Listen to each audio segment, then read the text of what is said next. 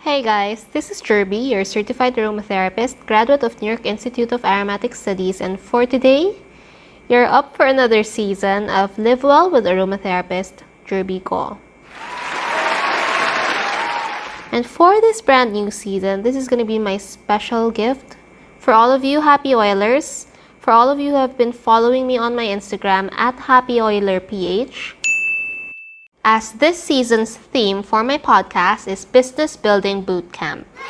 This topic has been requested for countless of times since the summit, so I'm very much excited to share with you my personal experience, my personal advice on taking your aromatherapy passion into something that's profitable, or turning your creativity into a career.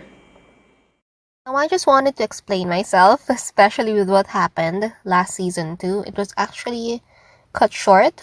As you may notice, we've only had 6 episodes, and I kind of ran into a problem scheduling interviews with guests. As much as I wanted to bring in more guests to inspire you, my listeners, it seems to be impossible. Most of the guests that I wanted to bring in the show are too busy, so I wasn't able to schedule. Like, I was having a coffee curator in mind to be invited. I was having my other friend who has her business flourishing during the pandemic in mind, and sadly that friend already passed away, and that really broke me.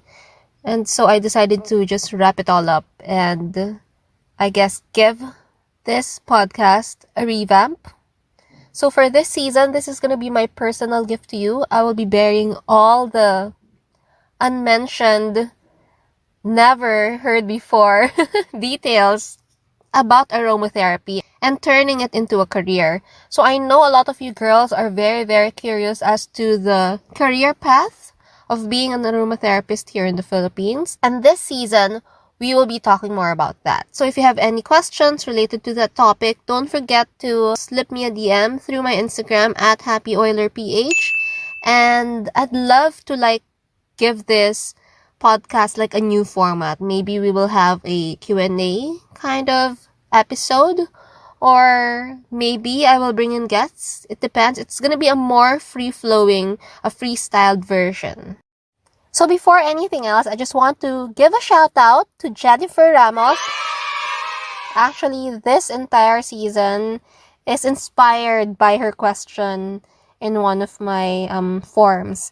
I was asking for suggestions on my future workshop themes, and she wanted to get to know more about the business side of it. So here you go. Our season 3 will be about Business Building Bootcamp, and this is dedicated to you, Jen. Alright, so before we go to the career path or the future of you after receiving your certification or after finishing the course, let me just give you a brief background of myself, and perhaps it will give you an understanding of how my aromatherapist career turned out here in the Philippines. Now, I know a lot of you girls are very, very curious on the career path of an aromatherapist here in the Philippines. Quite frankly, I'm going to tell you, when I started my aromatherapy journey, I wasn't even thinking about that. I started my aromatherapy journey as a very, very personal matter.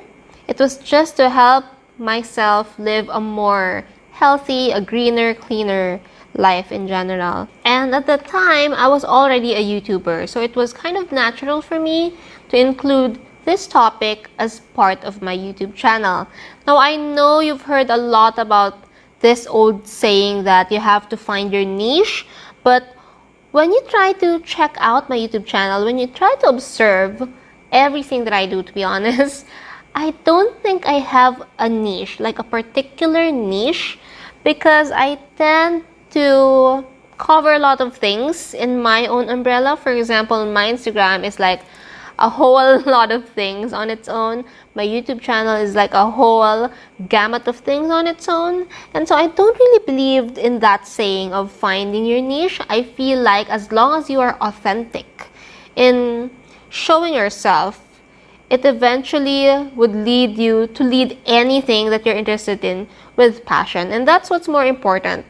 leading with passion or executing everything with passion is so much more important than finding a niche or finding like a tribe that you belong in or something. Because I've noticed like this niche, finding your niche, this statement has been thrown around countless times by marketers, even non-marketers, or even feeling marketers.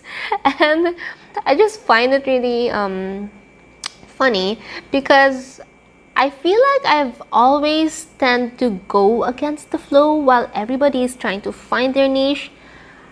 I've been in the industry, in the freelance YouTubing industry for 5 years now, and I don't think I've found my niche ever yet. I don't think so. But I still do what I do. I still just show myself and just execute things as me. And with that, I feel that people who found me appreciate my authenticity. They appreciate like the things that irate me, the things that would make my eye roll. You know, they appreciate all these human, natural, normal expressions. And I think that's what's more important, that to lead whatever that you're into with passion. Because instead of fixating over where you belong, eventually you can lead your pack and they would find you because you is where they belong. You know, you try to turn the tables around. Don't try to find them, but they will eventually find you. Wow, that's very meaty, alright? So let me take you further backwards in my timeline. I'm sure you girls are very curious on how I transitioned successfully from being someone who has worked in a regular 9-to-5 job in a multinational company to being someone who is kind of successful as a freelancer or as a YouTuber. I know this question is something that you're very, very interested in. That's why you've been hanging out and you've been asking me about all these business tips. And I know that it's something very unconventional. I've been in the corporate industry for 8 short but sweet years. I started my career in finance, even if I was an ad major, and I ended up in marketing. And through that course of 8 years, I can say that I've always held my career right at the horns of the bull because I like having my own timeline and I like meeting my own goals. And when I see that the way that things are running is not aligned with my personal timeline, I really take like the driver's seat and like really, do it my own way. So in that regard, that is also the reason why I've only stayed in the corporate world for such a short time, because I realized that the things that I want for myself is not going as like the rate of how I wanted it to be, if that makes sense. For example, I am an ad major. I've always imagined myself to belong in brand. I've always wanted to handle brand, and I've always competed in like intercollegiate marketing contests. I've always represented LaSalle. I've always been a part of the LaSalle team competing with other schools. And so this has how I was built, I realized, and I thought, I still think I do, that I really wanted to belong in brand. I wanted to belong in marketing. And lo and behold, my first work was under finance. And I stayed there for, I think, 4 years. And I told my immediate manager then that, you know what, I wanted to be in marketing. And if I can't be in marketing next year, I don't really want to continue this job. And I was told by my immediate manager that, I don't really have a choice. I'd have to wait for 2 more years to be able to be considered to be transferred to marketing. It wasn't even like a 50-50 thing. It was like a long shot thing. And so I realized that, you know what, I don't have time to waste. I don't have 2 years to waste to have that very little probability to where I wanted it to be. So I took it by the ball and I resigned. And I transferred to a much smaller local company, but I was handling marketing. I was handling brand. I was handling a mineral makeup brand then and a wellness program brand. Both are international. So I used that as my stepping stool to where I wanted it to be. I think I stayed there for 2 years until I was able to transfer to another multinational company, and it was cosmetics. I was really happy. It was my goal, to be honest. When I was in that position, I was so fulfilled. I felt so fulfilled, and I really loved my job. Even if I was like working like a work dog, honestly. I was barely sleeping. I was reporting to the New York marketing office, and I held a regional role. So I was really reporting to our US head office. And so I would be working my regular Filipino time. And when I go home, I just have to take my shower, have my quick dinner, and prepare for my 8 p.m. conference call with my New York counterpart. It was that toxic, as you would say, but I didn't feel toxic at that time. I was really enjoying the job. I was really happy that I got that job, and I was really happy running my life that way. And I guess you'd say that I was resilient, but you know what? I realized when you are enjoying something that you're doing, no matter how toxic it might look to other people, you don't really feel that because you're really enjoying what you're doing. And so there I was really working like a work dog. And I held on to that job for 6 short months, honestly. But I really loved it. I was. And I really didn't care if my boss then didn't like me, criticizes me, overly criticizes me, and really just was just a slave driver, to be honest. And that's where the problem started. I wasn't really okay with my boss. I loved my job so much, even if I was working like 2-3 heads for it. It's just that, my boss, I had problems with my immediate manager, which prompted me to resign. And there was there was such an issue at that time. But I'm just so glad that I went with my gut. I've always led my decisions with my intuition, with my gut feel.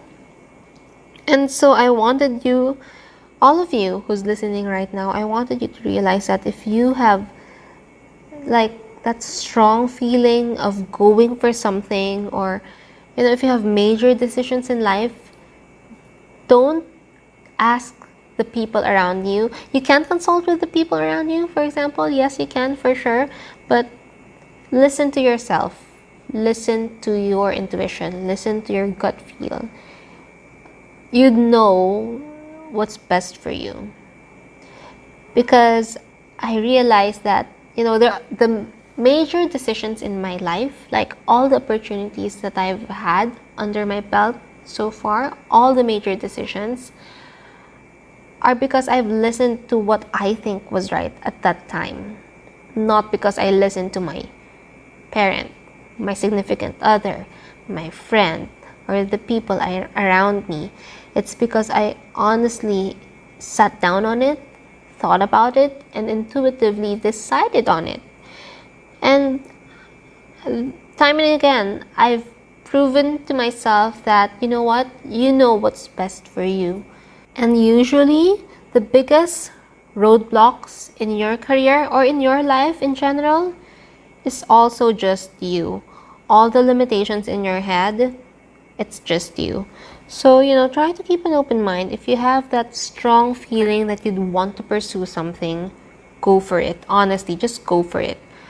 There's like, what's the worst thing that could happen, right? You can fail, sure, fine. You can tumble and fall, but just get back up, try again, as the saying goes, because there's nothing worse than having to think about all the what ifs. Like 10 years down the road, you'd still be reminiscing and thinking about that. What if I tried this? What if I pursued this? And so there I was, being a fiery 25-year-old, wanting to pursue whatever I wanted to pursue at the time. I honestly just wanted to be a YouTuber. That was my goal, and it was something very daunting for my parents. As someone who has been raised in a very traditional Chinese family,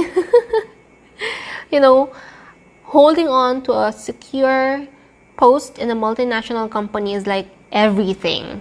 It provides security. It provides health benefits.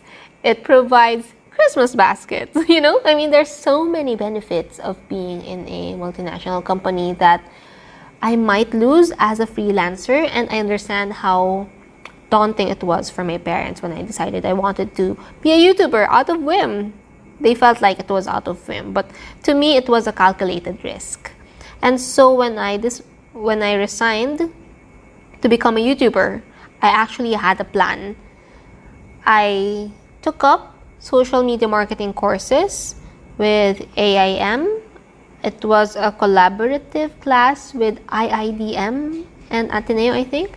So that was also fun. I really enjoyed that class. And I guess my tip for you guys or girls who are still in the corporate and are toying with the idea of being a freelance or pursuing your passion, or turning your side hustle into something more mainstream, would be, make sure to save up. You can't really keep the ball rolling if you have no ball to roll. Remember that, right? How can you pursue something if you don't have the finances to kick it off with? So luckily, I've always been a good money saver. Even if when I was still earning 11,000 a month, I was able to save. Even if I was already earning 80 grand a month, I was able to save. Up to I was earning 6 digits a month, I was able to save. And that's my tip. Just know how to save. Abide by the 60-40 rule. Save your 60, spend your 40. It's gonna be helpful should you be faced with emergencies, or for example, like right now, it's the pandemic and a lot of people have been retrenched. Those savings would really come in handy as part of your security and as part of you trying to pivot things around. For example, if something unexpected may come up that would need you to pull out some finances, right? Alright, so another point that I would like to share with you is that always go for slow bake versus the microwave. What do I mean by this? So, me being quote and unquote successful in the aromatherapy industry here in the Philippines is not something that was born in an instant. This was built for years. This was me building myself, my credibility for years. And I would like to be candid with you. Early on in my aromatherapy career, I have been offered with different, very lucrative offers. Two companies have offered me my own essential oil company. Another company have offered me to have my own book. At the time, I was just starting my aromatherapy certification, and I honestly felt that I don't deserve all those things. And I honestly feel that, timing is everything. And at that time, it wasn't the time for me to release my own essential oil brand, my own book talking about essential oils, because I was just starting. I don't even have my diploma yet. So why would I be having my own book at that time? Why would I be having my own oils at that time? I just don't want to be that person. I just don't want to be selling out my name for products, right? I mean, and this is where your integrity comes in. At that time and even until now, I only go for things that I know that I am a master about. I'd rather build myself as someone credible, as someone who has the mastery, as someone who has, even if I'm drunk and you'd ask me questions, I'd still be able to answer you with logical, reasonable, and factual answers regarding that arena or regarding that topic. Going back to the thought that, always go for slow bake. Build yourself up. Build yourself first. Build your mastery, your credibility. And don't aim for that instant profit, instant fame. Don't aim for that. The reason why I was never really concerned of other aromatherapists might supersede me or other aromatherapists might pop up. I was never really concerned of that, honestly. And I have always chosen to work with them. Like, every time I've heard someone studying the certification, I'd love to get in touch with them, just chat up with them and get to know more about them, because I've always believed in creative camaraderie. I've always believed in having a nice community of knowledgeable people. And that is the only way that you can alleviate the industry, the aromatherapy industry in the Philippines. And this is what I've always shared with all the certified aromatherapists that I've talked to. Like in my season 1, you may notice that I've already gotten in touch with a lot of them. During the summit, I've already gotten in touch with a lot of new up-and-coming certified aromatherapists or the new graduates. And now I am still in touch with a lot of the girls who are taking their certification. And I really like that. I really like fostering that sense of community, that sense of me reaching out to them, because when it was my time, I had nobody, I had nothing, and I honestly know how it felt like.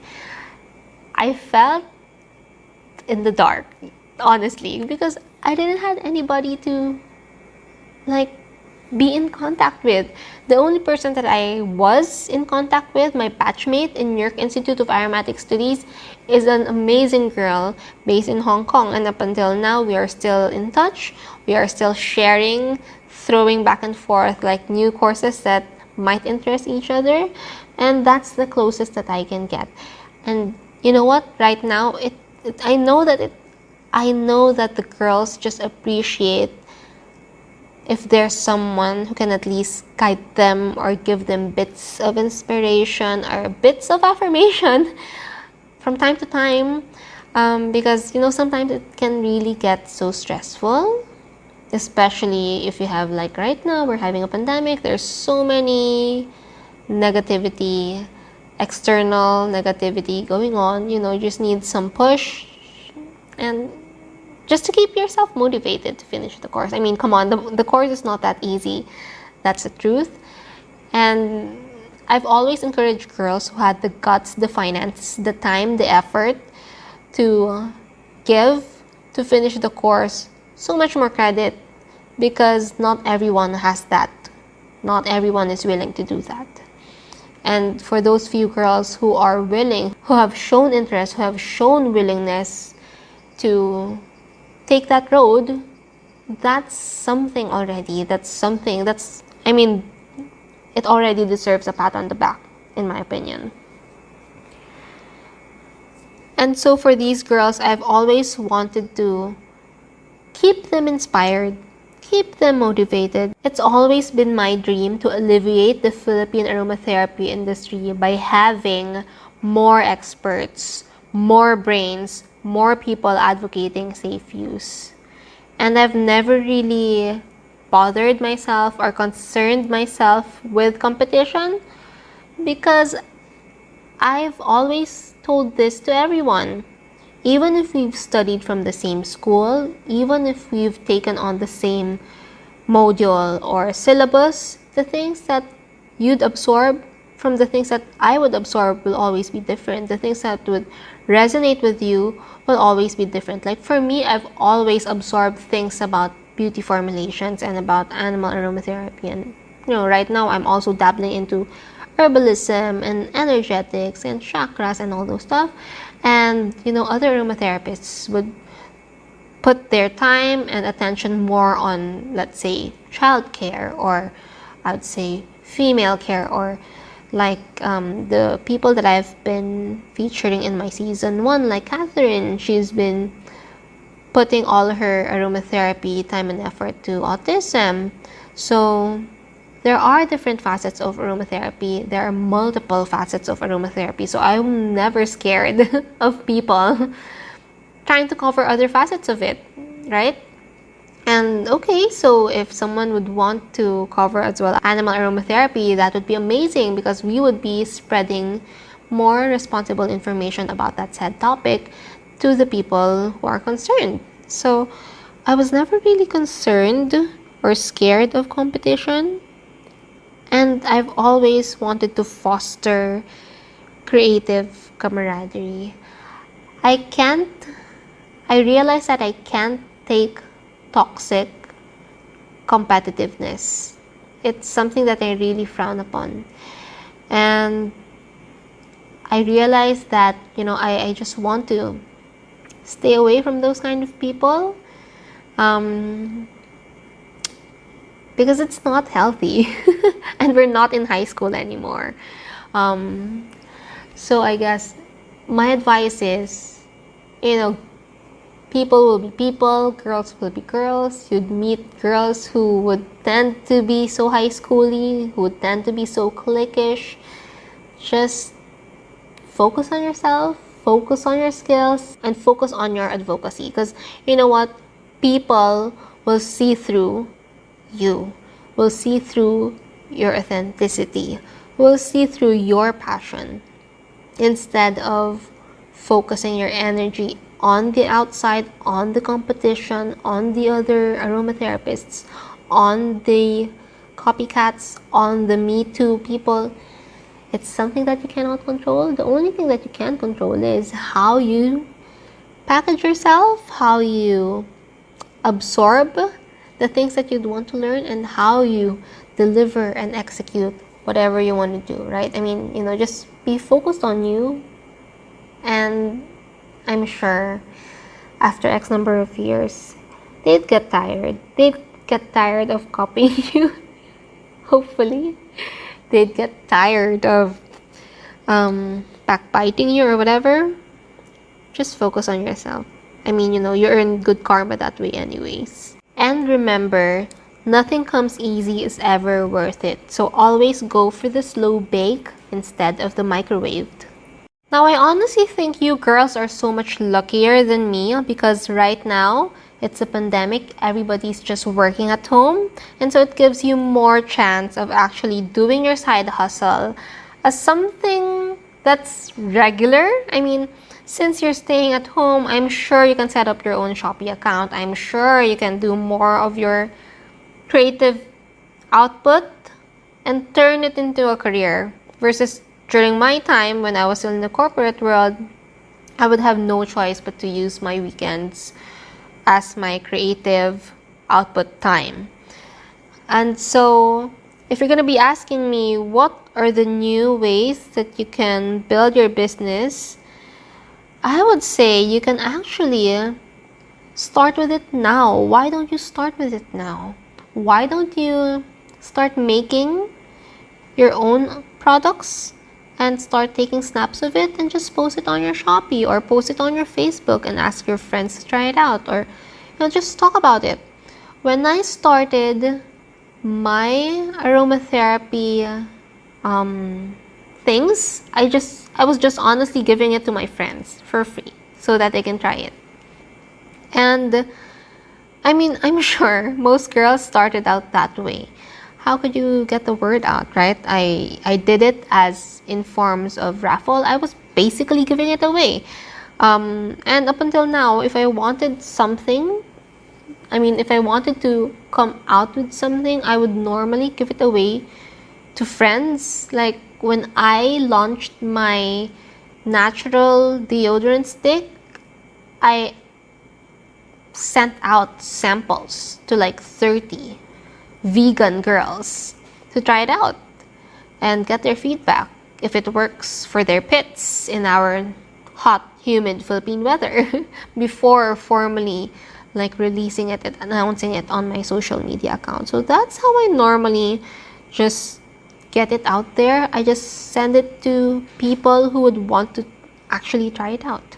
And so you can start with your friends, your inner circle, your office mates, your family. You can start from there and, from there, build your brand.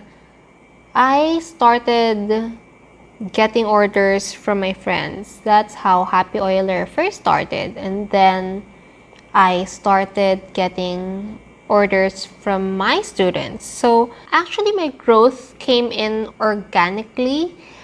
And since aromatherapy for me was just really something that's very self-serving, it's not something that I've envisioned to monetize to begin with. It had a very self-serving purpose. And therefore, I wasn't really setting myself much to monetize it in a way. I wasn't really like looking for, fame and being the expert and all that. It wasn't really in my mind, honestly. And I would say I got really lucky with it. Very serendipitous, in fact, to be in this position wherein girls look up to me as someone really credible, as a good resource, as an expert, quote and unquote, in aromatherapy. And I'm very, very flattered every time young girls who is just starting out in their aromatherapy journey, in their essential oil journey, to reach out to me through Instagram and ask questions. And, they tell me how much they enjoy watching my video, or some of them have attended my classes way, way back, and they just thought of, getting in touch because they are, they have these questions that they wanted to clarify. And I guess that is where your authenticity and your passion would shine through. Had I been greedy and took all the proposals before when I was younger about aromatherapy and just decided to splatter my name on these products and sell it, I'm not sure if I can get that same intensity of credibility that I have right now.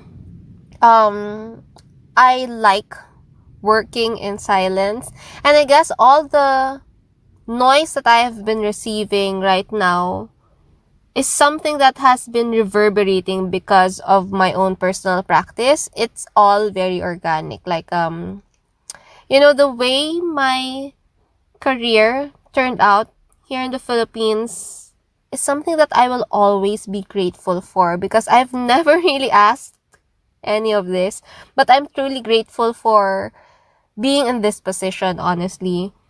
I mean, time and again, I will tell you, I started with my essential oil journey as something very self-serving. But I was really very passionate into learning more about it. In fact, the reason why I've been dabbling so much about herbalism, and right now I've been really immersing all my energy and focus and attention to flower essences and all these energetics, because I'm really finding alternative modalities for my cats. So everything is just so self-serving for me. And I realized that, when you keep everything with personal intentions, your mastery will honestly shine through, versus you thinking from the beginning, from the start, na, okay, how will I monetize this? Or how will I get famous because of this? These are two very different mindsets. And I guess I'm just happy that I chose to complete my journey head down. I mean, I was just doing my thing, honestly. I was just doing my thing, taking my time, and enjoying every bit of it. And this is what I'd like to remind all the girls who are taking the certification right now. And I will remind them time and again that, aromatherapy and your course, in fact, is not a race. always remember that this is a journey, and this journey has to be very personal to you. And as long as you make it like really, I guess as long as you make it really self-serving, as long as you make it really personal, really close to your heart, really relevant and resonating to you, your passion will shine through, and the people around you will notice that, will eventually capture that. I mean, of course, you can have ambitions and all that, but just making your specialty more close to your personal concerns, believe me, it will make you shine through. And this is also what I've advised to Catherine from Cagayan de Oro. She's an up-and-coming aromatherapist. She's about to finish her course, and this is the advice that I gave her. Pick a facet of aromatherapy that's really relevant to you and your household, your family. And so it will be very easy for you to absorb all the things that you need to absorb in that arena, because it's very close to you and it's very relevant to you, and all the issues around it will just come in very organic, and you will turn out to be an expert in that arena. Imagine I met Catherine years ago when she was just starting. I mean, she has been a subscriber of my channel, and when she visited Manila, she just sent me a message that she will be in Manila. So I thought of meeting up with her. It's super spontaneous. And then we met up in the mall. We decided to film our video in the cafeteria of a mall. And I'm always up with that. If anyone would come up to me and would want to meet up with me and, hang out with me or whatever, I'm so always game for that. I mean, of course not now because it's the pandemic, but before, every time I've heard of a new aromatherapist in town, or like someone who's taken the course or someone who's very much into essential oils, my studio has been very, very open for anyone talaga to meet up with me, hang out with me. We can just share some oils, and I just like hanging out and talking to people, pick their brains, and and this is the reason why I honestly enjoy Sniff Sesh. And I'm very much happy that this was brought about since the summit, kasi I really enjoy hearing what other people think. And I guess the pandemic has given us this opportunity to have more of these virtual sessions that, geographical barriers are not really a thing now. We don't really care for that because Zoom is just there. We can talk to anyone we want to and have all these online congregations about essential oils. And I really enjoy also our sniff sesh once a month because I get to hear what you think. I get to realize things about oils that I cannot understand, or I cannot even think about when I'm just thinking about it alone. I have a lot of these light bulb moments during that sniff sesh, and I'm very, very grateful for the community for that, for the essential oil community in general for that. And I hope to foster that kind of camaraderie versus girls, trying to be so competitive with each other. Talaga, nakaka-toxic siya.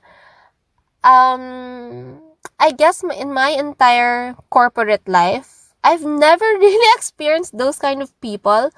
Kasi in PNG, we were very, very, I guess, everyone had their own thing. Like, everybody knew everybody's just so smart and everybody just can carry out whatever task that's delegated to them. And so there's not a room for toxic competition.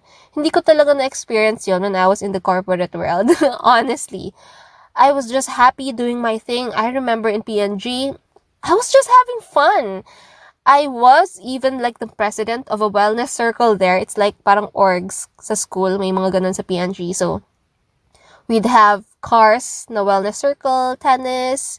We'd have iba-iba, ang dami. Meron yatang badminton. What else? Basketball, of course, there is.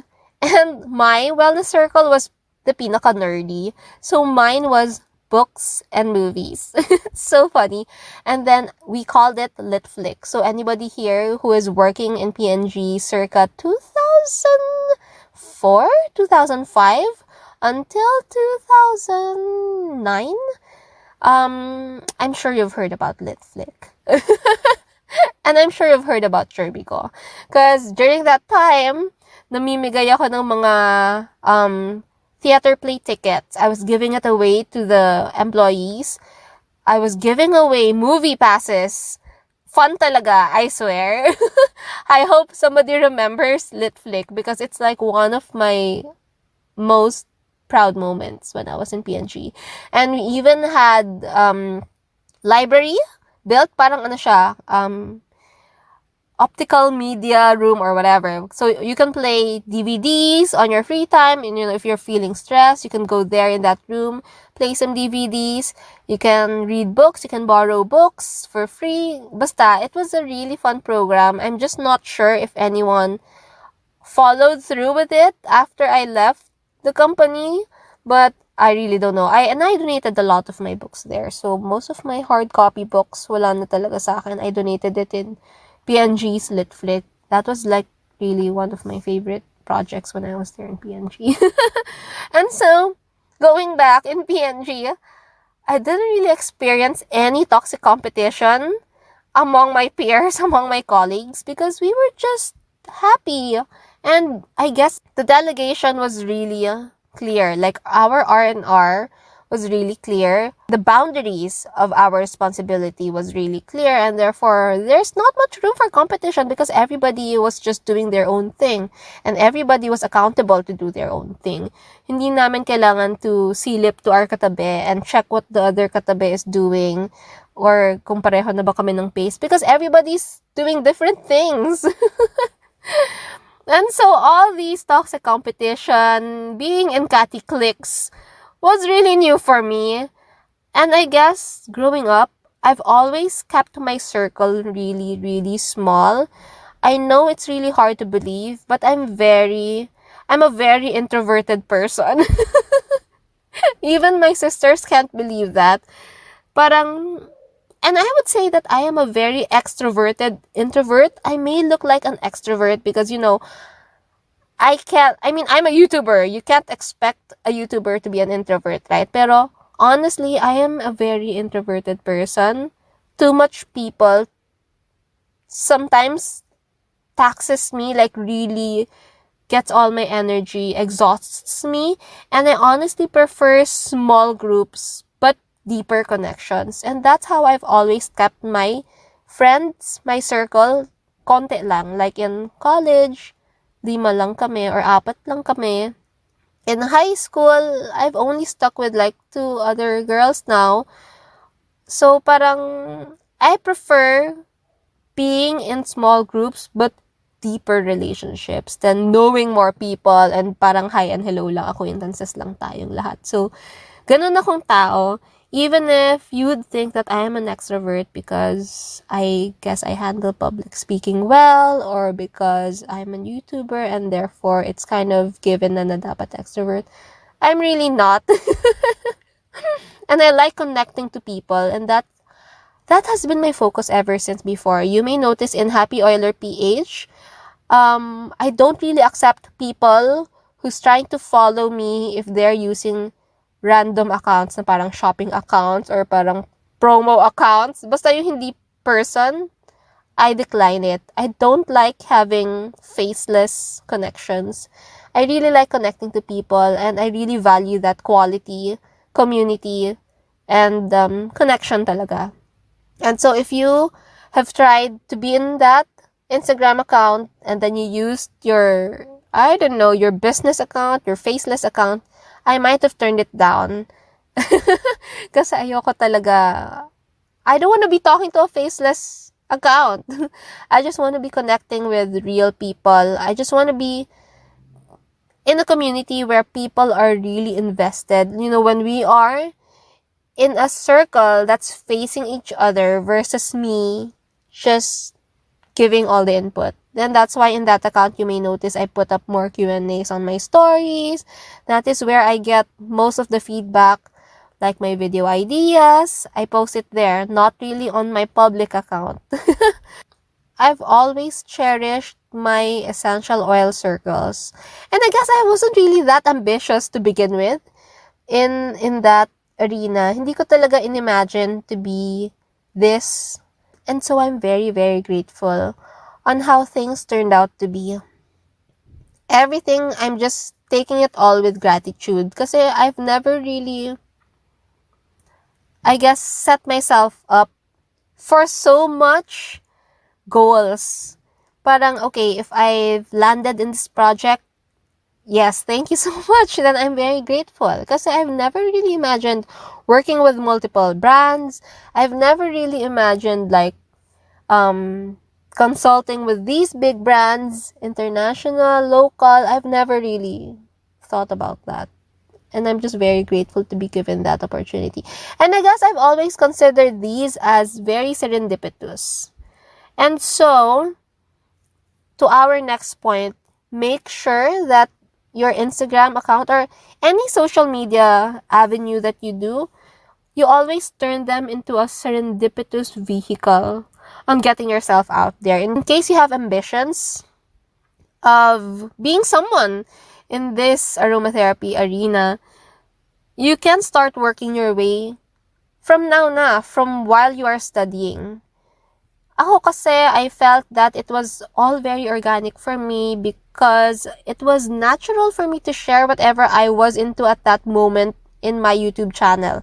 Like you can see, my YouTube channel is always a mix, a crazy mix of whatever that I'm currently into. And I've been told by some people before that, you know what, you should have created a separate account for this. You should have created a separate account for your vlogs and separate yung sit-down videos. I was being told by that before, especially nung uso before. A few years ago, uso before yung isang creator, dalawa yung channel. Kasi yung isang channel yung regular video. And then there's another channel to cover vlogs. And I honestly stood firm on my foot, stood firm on the ground na no, I don't want that. Bakit ko papahirapan yung sarili ko? Why would I maintain 2 channels? It's still me. So, I think I'm one of the few accounts or channels that you see na hindi nakasplit yung vlogs sa sit-down videos. Kasi ayoko talaga before. I was saying na it's so counterintuitive for me kasi I don't want to be maintaining 2 channels. Ako lang din naman yan. So, yun. I stood firm with that. And tingnan mo ngayon, 'di ba? Most people are like that na. Meron na rin silang vlogs and sit-down videos in one channel. And that just goes to show that you always stick with your gut feel. You would know what's best for you. Don't follow yung fads because eventually it'll turn around. And ako, like I don't really live with any regrets because all the things that I do, all the things that I've decided upon, big or small decisions, I've always decided upon them through my heart and with my heart. I listen to what I think is right in that moment, what I think would be best for me in that moment, and that's the decision that I will go for. Had I listened to the people around me, had I listened to my parents or my significant other, or, other people, random people who's been bashing me, for example, on my channel, I know it would have limited all the opportunities that I am enjoying right now. And perhaps I will go through that in the next episodes. Like all the countless times that I've proven to myself that listening to your gut feel, listening to your intuition is still the best way. And I wanted to impart that idea to you girls, to everyone who's listening right now, na I know I've met some people na medyo hirap mag-decide, or, there are people na parating ganon, overanalyzing. I wanted to empower you girls na you can decide, and you know what's best for you. And you know what? If ever you are in that crossroad, yung parang hindi mo talaga alam if you should go or not go, you can just hook up with me, message me on Viber, message me on my Instagram, and I'm freely open to give you my thoughts on it. And I think I've always been that to my friends. Yung mga friends ko na medyo hirap mag-decide. Or kahit hirap mag-decide na this or that, ganyan, simple this or that. I've always been very, very quick to decide. And I guess that's one of my, competitive edge.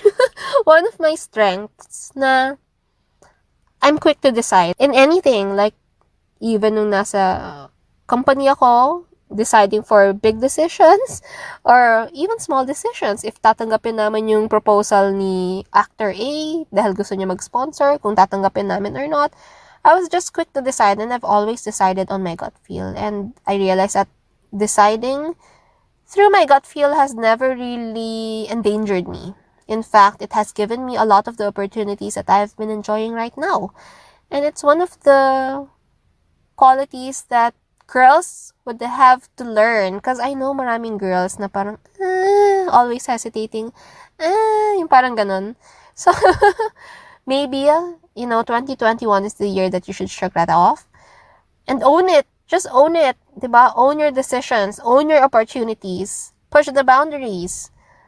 It's time for us to stop being so tiptoey, beating around the bushy, puro hesitation.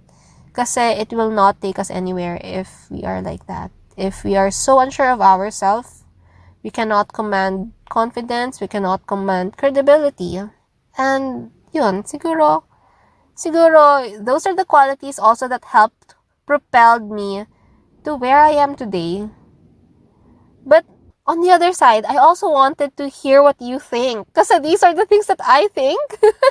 But honestly, girls, I also wanted to hear what you think. I wanted to hear your feedback. And I wanted to hear the things that you like and don't like about me when you listen to this podcast. What are the things that you like? What are the things that you would like in the future? And what are the things that you don't really like, you want to get rid more of? So I wanted to hear what you girls think for me to improve this season. This season is going to be very, very personal. It's going to be super free-flowing. It's just going to be you and me. Me talking my heart out. You listening with your heart out. And I guess at the end of each episode, I'd love to hear what you think. So after the episode, I would love to see your comments posted on my Instagram, on my post about this podcast. I'd love to hear what you think. And so it would help me improve. And also, don't forget to shoot in through the comments all your suggestions for my future episodes. I'd also love to know what you would want me to talk about in the future. So I'm aiming for at least 12 episodes for this season, because that's like my normal run of episodes in a season. Sobrang nakat short lang yung season 2. I wasn't really expecting, but I honestly can't just proceed with that because I felt so bad. My childhood friend, who I was trying so hard to book an appointment or book an interview since January, just passed away 2 weeks ago. And it was really hard for me. I was really saddened by it. I don't want to talk more about that because I think I've talked about it in one of my YouTube videos, but I hope you girls understand. And it's okay. I guess it's also time for me to refresh the format of my podcast if I were having such a hard time, diba? I don't want to also tax myself about it. But I also wanted to provide content and to be with you still every Sunday. And so I guess if that's a major roadblock, then I'd have to revamp this podcast and turn it into a more sustainable way of managing it. If it's more sustainable with me just talking and giving my input, and if it's something that you'd also like to hear, why not? I will not be pushing myself to bring in new people. But somewhere along the way, if I meet someone and he or she agrees to be on the show and our schedule would just be open, and then why not, diba? I'll bring some new people to talk more about things that you might be interested about. So basically, this season will be about you building yourself as a business, you converting your creative outputs into careers, and about you turning your passions into something that's profitable. So I hope you've enjoyed today's episode as I enjoyed sharing bits about me. I'd love to share more things about me in the future episodes and be as candid as I usually am. Anyway, I guess that's all for today. Thank you so much for hanging out up until this point. And I hope you've enjoyed today's episode and look forward to the future episodes of the season. So I hope you've enjoyed today's episode here on my podcast. To receive updates or new episode alerts, don't forget to follow us here on Spotify. Or to get more updates from me, don't forget to follow me on Instagram at happyoilerph. And I'll see you on my next Live Well with Aromatherapist, Jirbie.